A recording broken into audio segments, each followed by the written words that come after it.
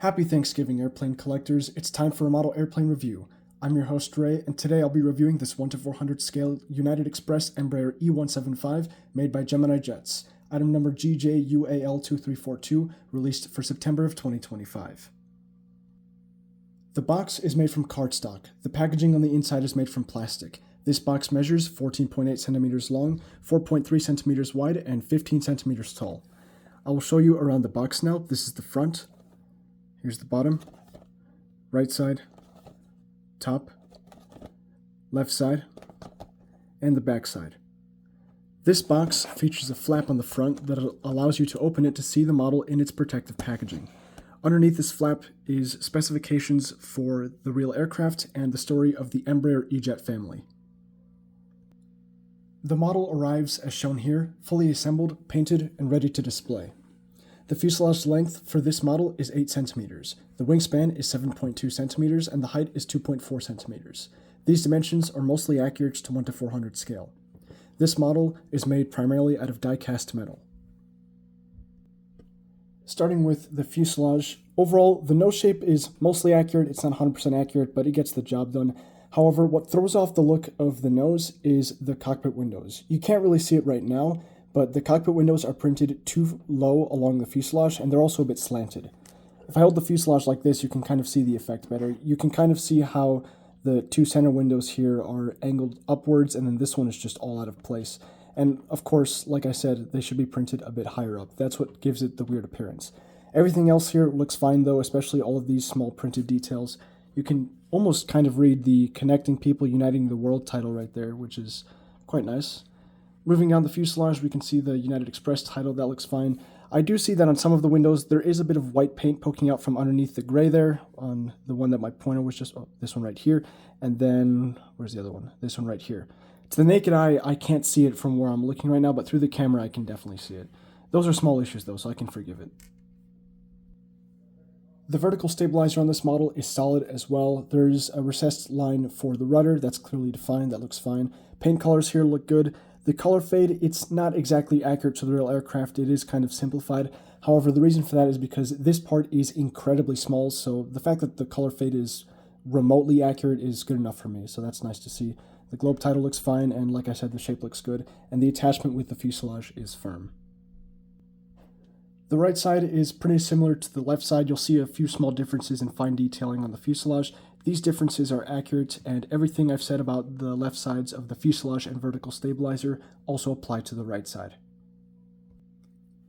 The wings on this model feature the three types of detail that we look for on die-cast commercial airliner wings. First, recessed panel lines for the control surfaces, both on the trailing edge here and the leading edge. All of these are clearly defined and the shapes look correct. We also have different paint colors. We have the dull gray or just regular gray for most of the wing, and then the silver on the leading edge slats, and of course some printed details in the form of the walking area. All of this looks pretty good, no complaints. I don't see any inaccuracies. The attachment of the wing to the aircraft is quite good. There is a bit of a seam there, but it's almost negligible. Now, we will talk about the subject of wing flex a little bit later, because I know some of you are looking for that, so just bear with me, stay tuned for that. And here is the bottom if you're curious. The attachment with the fuselage is structurally stable, and I haven't seen any reports of this model being broken or arriving broken or anything like that. Under here, there isn't really any detail because it doesn't really need to be, at least there's no printed detail, but there is some recessed panel lines for the flaps and the flap track fairings. All of those look pretty nice. And moving on to the wingtips, the overall shape is good. Here, let me try and focus the camera here. These are really small parts, so my camera has trouble focusing on them sometimes. Come on, I believe in you. That's more like it. So the shape is good. The only complaint I have is the light stub here. It's a little bit too long, but it is nice that they have that detail in the first place. Here's what the inside of the winglets looks like. Like I said, overall, they're pretty solid. The angle at which they are situated relative to the wing is also accurate. On the left side here, I do see a bit of warping on this one. It's not too much. And here's what it looks like on the right side. No signs of warping at all.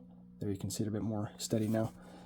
I do see that the silver paint on the leading edge on the inside of these you really can't see it. I do believe it should be a bit more extended out here, but that's a small nitpick, so I can forgive it.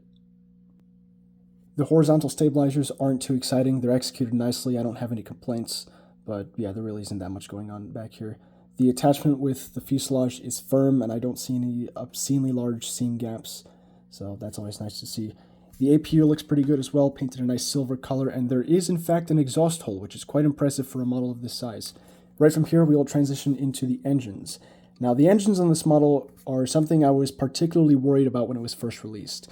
1:400 scale Embraer E-jets from Gemini jets usually have engine nacelles and or exhausts that are bent too far out of proportion. Like here on this model, you can actually see the exhaust nozzle here is bent a little bit downwards. On some models, it's much worse. Thankfully, though, on this piece here, it's not that bad, but I did have the opportunity to inspect other pieces, and unfortunately, the effects were a bit worse. So that issue hasn't been entirely rectified, and I also see some weird texturing going on the left pylon here. But everything else seems okay. And again, these engines are incredibly small, so the fact that they have this level of detail, I'm willing to cut Gemini a bit of slack in the mistakes department, if you will. So yeah, there's that. Overall, the engines are pretty decent. They're not great, but they're not terrible.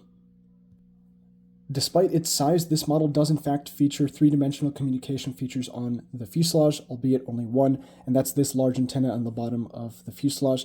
This looks pretty good. It's actually pretty sharp, just like the real thing, so be careful in handling the model.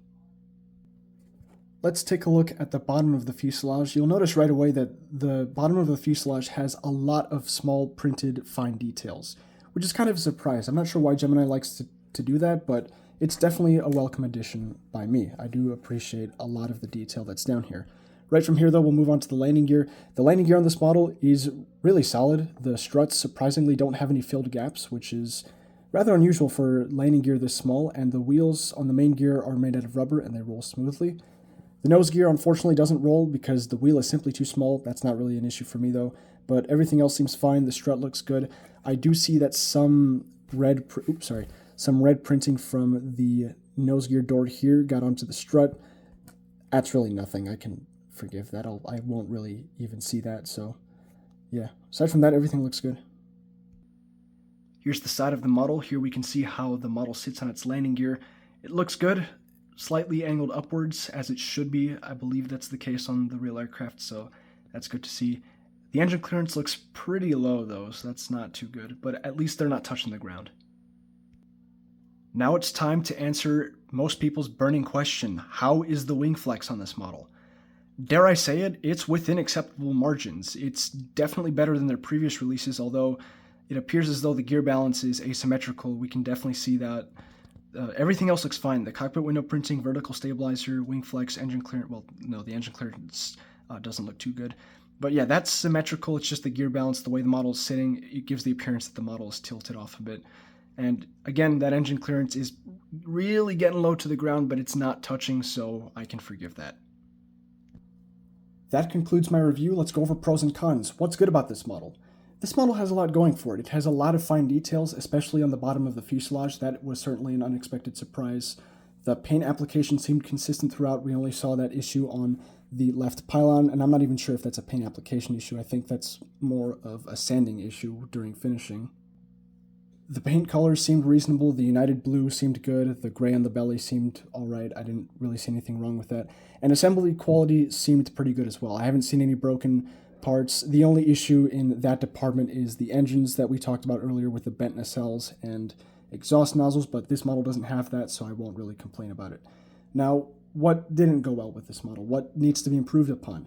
Cockpit window printing, the weird texture on the left engine pylon, the engine nacelle and nozzle assembly, and of course the gear balance. Those are the only things I can really think of. Oh, and the weird warping on the left winglet, although that's a rare issue in my experience. So yeah. Now you'll notice that a lot of these issues are minor imperfections. Normally I wouldn't be so forgiving with these, but understand that this model is tiny. I'm actually going to set a ruler next to the model for reference. So there's the inches side and you can see the centimeter side. This model is very small, and it's very hard to mass produce a small scale model like this, hence why I'm being so forgiving with a lot of these mistakes. Now, the other reason I'm being so forgiving with a lot of these imperfections is because this isn't the first time that Gemini Jets has released a United Express Embraer E-175 in 1:400 scale in the Evo Blue livery. That was a lot of conditions there, geez. This is actually their second time. The first time they did it was in February of 2020. Now, that release has a reputation for being an exceptionally bad model. That release had a lot of issues: broken parts, extremely high wing flex, asymmetric landing gear, slanted cockpit windows. I know all of this because I actually own that release, and back in 2021, I recorded a review of that model. And if you want to go and watch it, you can. It's not the same quality as my current reviews, but you'll get the point pretty quickly that that model was really bad. And across the board, collectors here in the United States and just around the world in general who got that model, we really didn't like that one. So, to say the least, this model is infinitely better than that one. This model is an improvement and a half. It's not perfect, we know that, but it's certainly much better than the previous release, and I can fully respect that, and I'll give Gemini the credit it deserves. They significantly improved their product this time around, so taking all of this into consideration, I absolutely recommend this model to other collectors. The only reason I'm so enthusiastic about it is because of the sheer improvement from the previous release. This was amazing to see, and this is the kind of progress that we need to see from manufacturers, and Gemini finally delivered that. So good job to them on that one. And yeah, if you own the old release, I encourage you to seriously consider investing in this one, because this one is a lot better. So yeah, go ahead and buy it if you really feel inclined to do so. That's all for today. Thanks for watching. A quick little Easter egg that I'm doing here is this model right here is the larger 1:200 scale version of the 1:400 scale model that we reviewed today. A review for this one will be available, or is already available on my channel if you want to go look at that as well. So before I do the outro, I just want to extend my thanks to you guys. Today is Thanksgiving here in the United States, and for all of you who celebrate it, I would like to, and just for all of you in general, sorry about that, I would like to extend my sincere gratitude for you guys spending your time with me and sharing our hobbies together. It really means a lot to me, and I'm very proud to be part of this amazing community of collecting model airplanes. This is one hell of a unique hobby, and I honestly wouldn't change it for the world. So thank you all for being here. I'm incredibly grateful for all of you, and I'm incredibly grateful for the fact that I'm able to participate in such an amazing hobby. That's all for today. Thanks for watching. As always, if you have questions or feedback, be sure to leave a comment down below. If you're new to the channel and you want to show some support, like this video and subscribe so you never miss another upload. While you're here, feel free to watch my other videos about the scale models and memorabilia I collect. Happy building, happy collecting. Please take good care of yourselves. Happy Thanksgiving. Enjoy your Thanksgiving dinners with your friends, family, and loved ones. And I will see you next time.